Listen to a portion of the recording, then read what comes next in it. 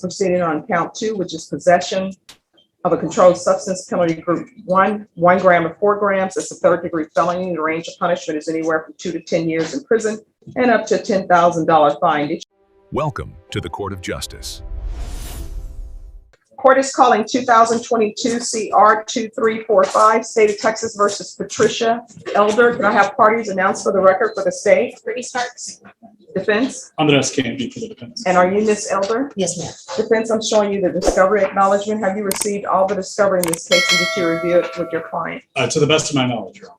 Court will find that the state is in compliance with discovery. Ms. Elder, I'm showing you what's entitled application for community supervision. Did you review that document with your attorney? Did you understand it? Did you sign it? Yes, Your Honor. Next, I'm showing you what's entitled true bill of indictment. Did you review that with your attorney? Did you understand it? Yes, Your Honor. Counsel, do you waive the reading of the indictment? We do, Your Honor. State, are you proceeding on the indictment as presented? Judge, I think this is when we're proceeding on count 2. Yes. Waiving count 1. And also, Ms. Elder, I'm going to show you what's entitled court admonishments, defendants, waivers, and affidavit of admonitions. Did you review that document with your attorney? Did you understand it? Did you sign it in all the appropriate places? Yes, Your Honor. Did you understand the state is proceeding on count 2, which is possession of a controlled substance, penalty group 1, 1 gram or 4 grams. It's a third-degree felony. The range of punishment is anywhere from 2 to 10 years in prison and up to a $10,000 fine. Did you understand? Yes, Your Honor.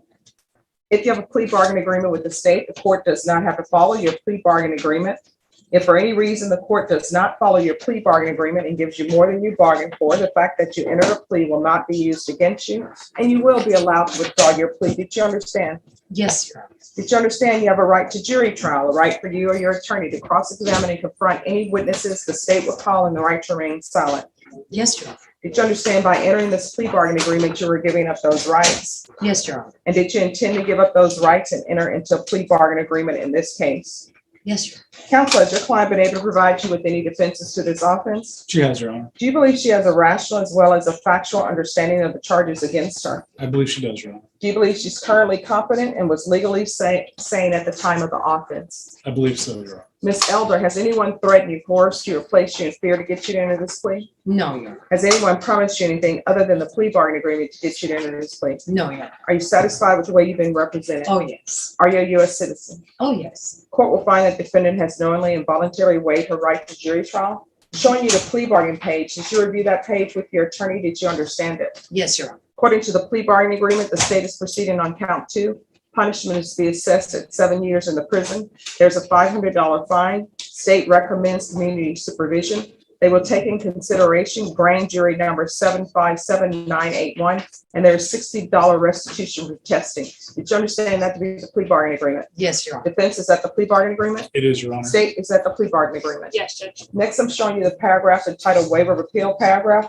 Did you review that paragraph with your attorney? Did you understand it? Did you sign it in both places? Yes, Your Honor. Did you understand by signing that you're waiving your right to appeal? The only items that can be appealed are written pretrial motions that have been filed, heard, and ruled upon by the court. Did you understand? Yes, Your Honor. Counsel, have there been any such motions? There have not been, Your Honor. Oh, I think your client, did your client sign? Yes, she did. Next, I'm showing you outside the agreement. The state is requesting that your community supervision be for a term of 4 years, to be a TAP evaluation, 100 hours of community service restitution. Did you understand those are recommendations from the state and the court does not have to follow those recommendations? Yes, Your Honor. Then to count 2 in the indictment, how do you plead? Guilty, not guilty, or no contest? I plead guilty, Your Honor. State, any evidence? Yes, Judge. State office, state exhibit 1 and all attachments. No objections, Your Honor. Ms. Elder, I'm showing you what's entitled waiving consent to stipulation of testimony and stipulations. Did you review that document with your attorney? Did you understand it and did you sign it in all the appropriate places? Yes, Your Honor. Again, did you understand you have a right to jury trial, a right for you or your attorney to cross-examine and confront any witnesses the state will call, and the right to remain silent? Yes, Your Honor. Did you understand that today the state will be presenting evidence in the form of witnesses' statements and police reports, but most importantly, there will be no live testimony? Did you understand? Yes, Your Honor. Court will find that defendant has knowingly and voluntarily waived and consented to stipulation of testimony and stipulations. Court will accept into evidence states exhibits 1 and attachments and review the same. All right, after reviewing states exhibits 1 and attachments, the court will find there is sufficient evidence to find you guilty, and the court will find you guilty of count 2. Are you proceeding with sentencing? Anything you wish to say on behalf of your client? No, Your Honor, we would just ask that the court follow the agreement. Ms. Elder has been as diligent as she can on her pretrial supervision. She has taken care of everything else that is outstanding with the county, and to include a previous case that she is currently on probation for, that we would ask the court to allow run concurrent with this case, and that is cause number County Court Cause 614127. She has, since being on, I believe, felony pretrial supervision, she has made an effort to constantly be in contact with her pretrial supervisor. She CCs us on all those contact emails, has been very proactive in attempting to get help from outside sources, and she has done that. Has completed the sober living, lifetime recovery. Yeah. So she has completed that process, and she has also attended AANA. Still currently. Yeah. Is still currently, and I believe is required to as part of the misdemeanor supervision. She is well on her way to the road to recovery, but as everybody knows, it is not a one battle and done. It is a daily battle, and she is fighting that fight every day, Your Honor, and just wishes that the court would allow her to do that as someone who is on community supervision, as opposed to being incarcerated. All right, so are you in a sober living home? No, ma'am. I live at home with my husband of 23 years. I've been completely clean and sober since September 14th last year. And I do attend a Zoom meeting called NUTS for AA/NA. They also talk about nicotine too. It's a good group. And I completed a lifetime chemical dependency Zoom program. Also, my counselor, I'm still in contact with her, Maria, and she's been working with me on some journaling. And so right now I'm working on some journaling programs, self-talk, so on and so forth. I've completed like 5 of them, but that's an ongoing thing too, because there's never enough you can learn by yourself. That's true. Are you employed? No, ma'am, retired, and I babysit my grandbabies for my daughter during the day, summertime. She does have passive income through Oh, yes, rentals. a rental property. I rent So my. she does have yeah. the ability to pay these. The state has recommended a fairly low fine, and we are appreciative of that Yes. because her income is fixed. And if the court would like, I would like to approach and tender the lifetime recovery certificate.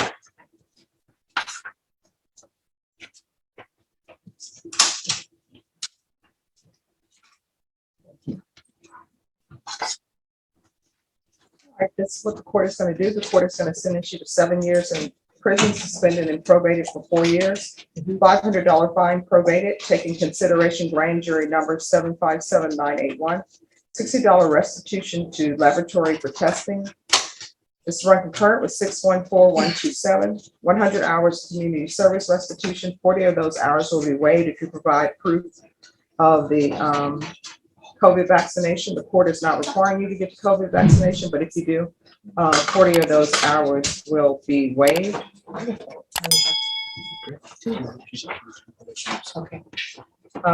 There's to be no employment as a home health care provider with minors. You continue with your sober meetings. I'm sorry. I don't understand that she's not to be. She's not to seek any employment with minors. Oh, So nobody, Well, she's I not mean- hired as a babysitter. Oh, no, I'm not hired. No. It's okay. She- Yeah, no, I'm doing my daughter. She's babysitting her own grandchild, but she's My not doing own it for money. Yeah. I was just, Yeah, she's not to run a daycare is what the court is saying, right? There's not to be no exchanging of money. Of money. Oh, no. Oh, okay. With Okay. any minors. Right, she's Sorry. not doing this for profit. She's doing this because. For my daughter. So because- there's to be no employment as a home health care provider with minors.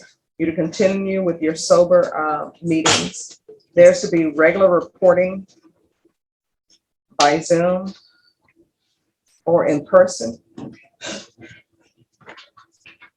There's to be regular UAs.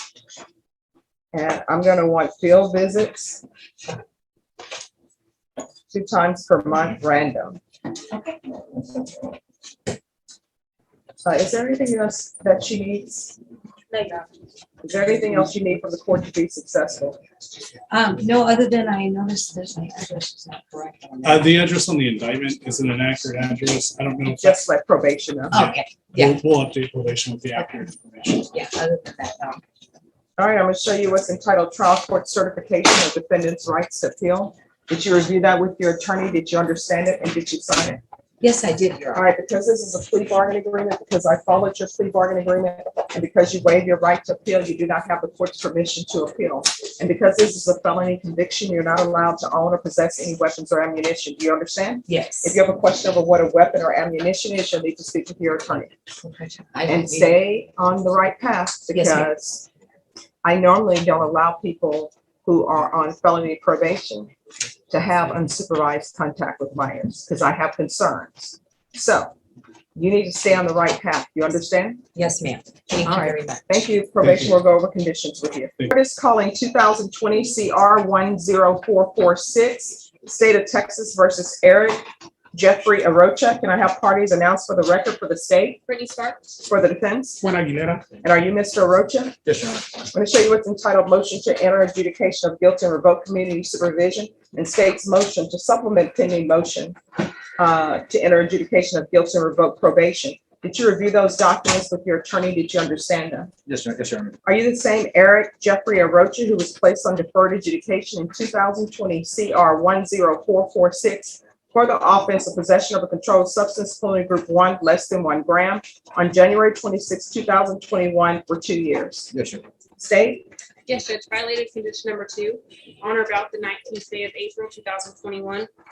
In Bexar County, Texas, the defendant, Eric Jeffrey Arocha, did then and there illegally use a substance, namely marijuana, in violation of condition number 2. How you plead to that, true or not true? True. Yes, Your Honor. Violated condition number 2, on or about the 16th day of November, 2021, in Bexar County, Texas, the defendant, Eric Jeffrey Arocha, did then and there illegally use a substance, namely marijuana, in violation of condition number 2. How you plead to that, true or not true? True, Your Honor. And violated condition number 5. In Bexar County, Texas, the defendant, Eric Jeffrey Arocha, did then and there fail to report to the supervision officer as directed for the months of July, September, December, and January 2022 in violation of condition number 5. How do you plead to that, true or not true? True, Your Honor. We're going to waive all of the violations. Any objections to the state's waivers? Mr. Arocha, did you understand by pleading true to violations 2, 2, and 5, the court could find it true, grant the motion, find you guilty, not grant you community supervision, and sentence you up to 2 years in the state jail facility and up to $10,000 fine? Did you understand? Yes, Your Honor. Knowing that, do you still wish to plead true to violations 2, 2, and 5? Yes, Your Honor. Court will find 2, 2, and 5 true. Is there an agreement? Yes, Judge, we're asking that you deny the MTR and alter and amend to add a referral to felony drug court.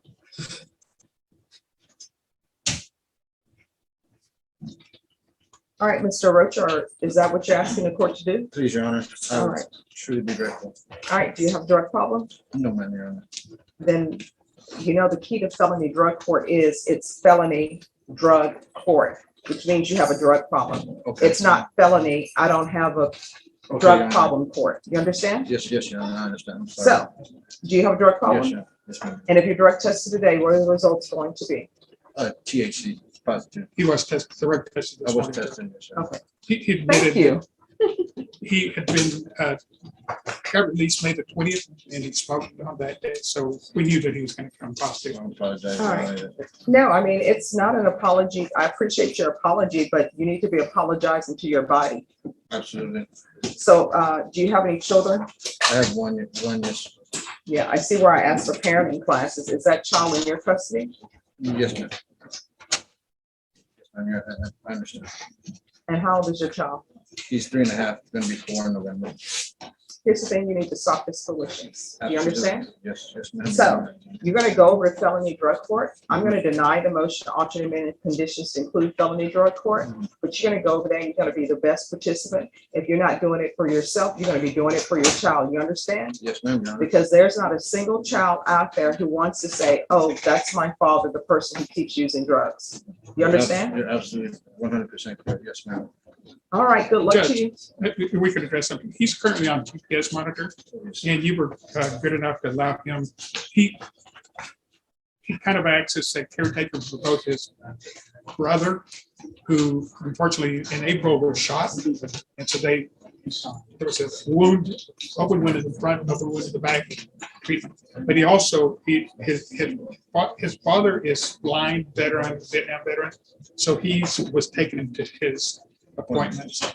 If you could also allow him to go and find a job so he can start helping out the family. He lives with his parents, so he could help. Are you smoking marijuana at your parents' house? All right, are you being paid to take care of? No, ma'am, Your Honor. As of now, no, ma'am. We're looking into that. Oh, no. Here's the thing. Yes, ma'am. I don't allow people to be home health care providers when they're on felony probation. Okay, So if they're looking into that, it'll be for somebody else to take care of him, not for you to take care of him and receive payment. You understand? yes, ma'am. And Judge, I believe Social Security Administration does not allow people on either deferred or probation to serve as home health providers. I appreciate that, but do you know, I've had some people who are home health care providers, and I'm just like, no. No.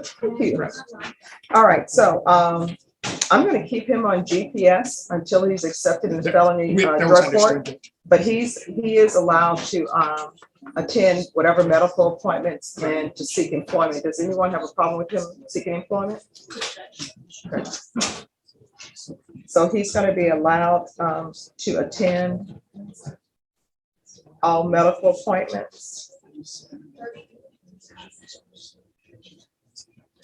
for himself and family members.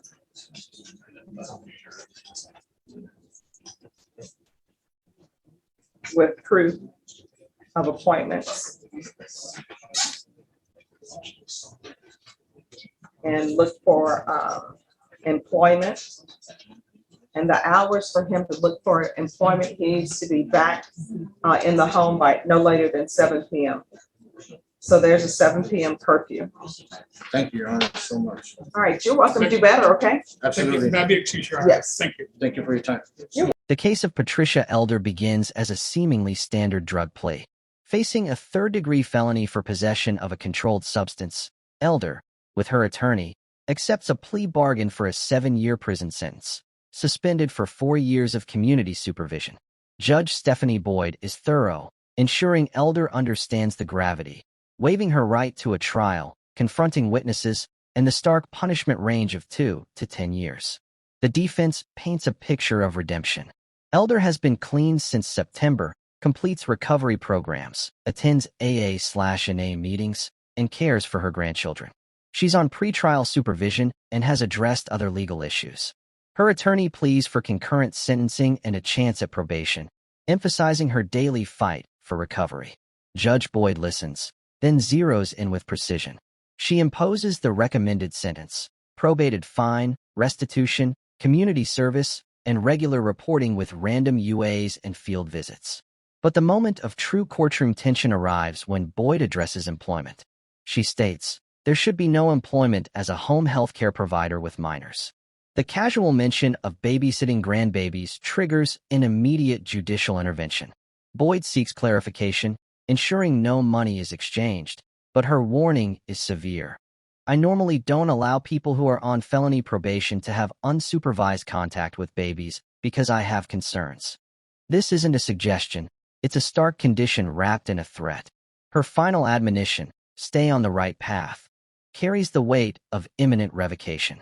Judge Boyd doesn't shout, but her calm, firm restrictions destroy any illusion of relaxed probation, placing Elder's family role and freedom on a razor's edge.